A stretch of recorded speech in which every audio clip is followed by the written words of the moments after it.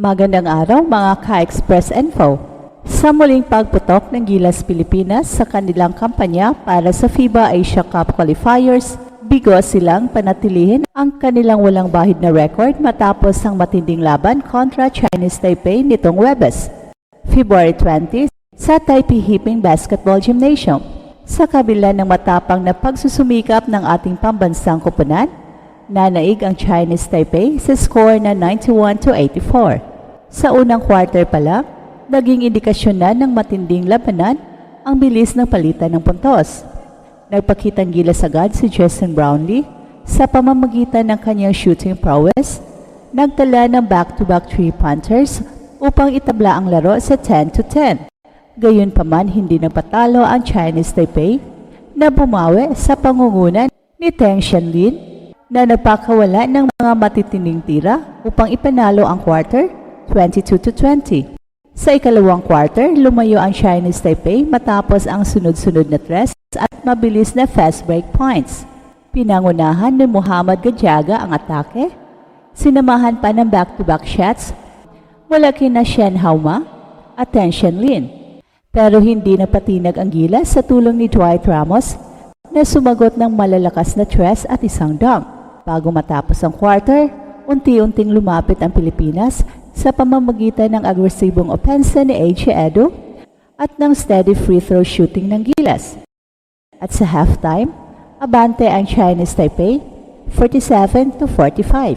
Pagpasok ng third quarter, muling lumayo ang Chinese Taipei matapos ang 3-point barrage ni Chun Xiangyu at Teng Xianlin. Kahit na bumawi si Justin Brownlee sa pamamagitan ng mid-range jumpers at free throws, nananatiling matatag ang depensa ng host team. At sa pagtatapos ng third quarter, may 10-point lead ang Chinese Taipei, 71-60.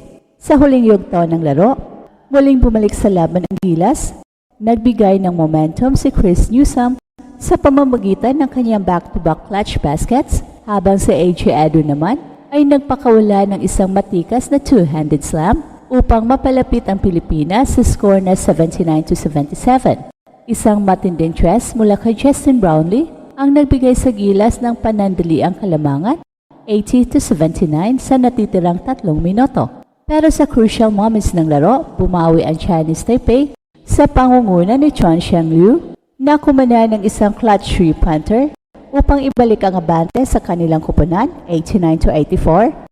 Sa may 47 seconds na lang sa laro at isang slam dunk ni Brandon Kelbick ang nagtapos sa laro, sinilyuhan ang panalo para sa Chinese Taipei 91-84. Nanguna para sa Chinese Taipei si Chun Xiangyu na nagtala ng crucial points sa second half, habang si Teng Xianlin ay naging consistent scorer mula umpisa hanggang dulo.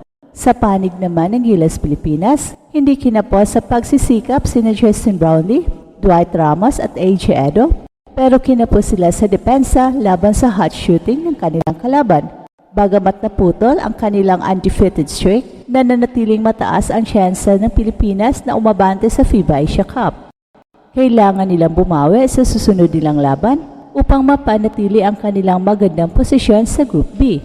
Ang pagkatalo na ito ay isang wake-up call para sa Gilas upang mas paghusayan ang kanilang depensa at execution sa mga crucial moments ng laro. Sa muling pagputok ng Gilas Pilipinas sa kanilang kampanya para sa FIBA Asia Cup Qualifiers, bigo silang panatilihin ang kanilang walang bahid na record matapos ang matinding laban kontra Chinese Taipei. Sa kabila ng matapang na pagsusumikap ng pambansang koponan, nanaig ang Chinese Taipei sa score na 91-84.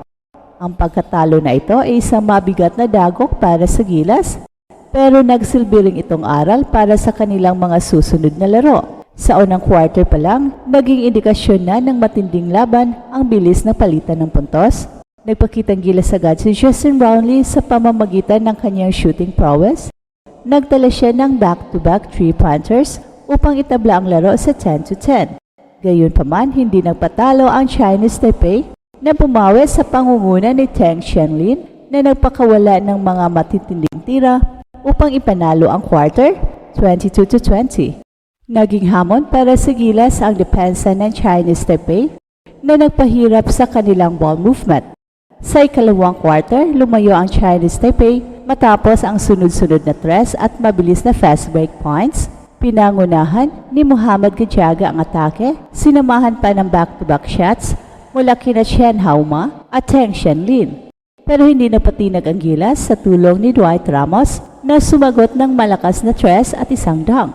Bago matapos ang quarter, unti-unting lumapit ang Pilipinas sa pamamagitan ng agresibong opensa ni AJ Edo at ng steady free throw shooting ng gilas. Sa halftime, abante ang Chinese Taipei 47-45 pero bakas ang determinasyon ng gilas na makabalik sa laban. Pagpasok ng third quarter, muling lumayo ang Chinese Taipei matapos ang 3-point barrage ni Chuan Xianglu at Teng Xianlin. Kahit na bumawi si Justin Brownlee sa pamamagitan ng kanyang mid-range jumpers at free throws, nananatiling matatag ang depensa ng host team. Bukod pa dito, nagkaproblema ang Gilas sa kanilang interior defense, dahilan upang makakuha ng madali ang puntos ang Chinese Taipei. Sa pagtatapos ng third quarter, may 10-point lead ang Chinese Taipei, 71-61, na nagbigay sa kanila ng kumpiyansa papasok sa final period.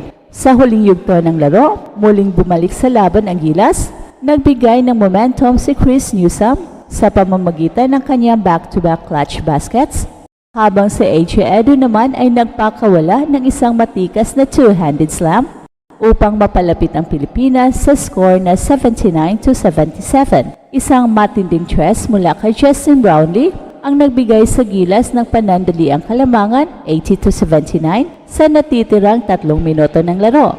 Sa puntong ito, bakas ang gigil ng Gilas na makuha ang panalo pero hindi pa tapos ang laban. Pero sa crucial moments ng laro, bumawi ang Chinese Taipei sa pangunguna ni Chuan Xianglu na kumana ng isang clutch three-pointer upang ibalik ang abante sa kanilang kupunan 89-84 sa may 47 seconds na lang sa laro. At isang slam dunk ni Brandon Gilbick ang nagtapos sa laro.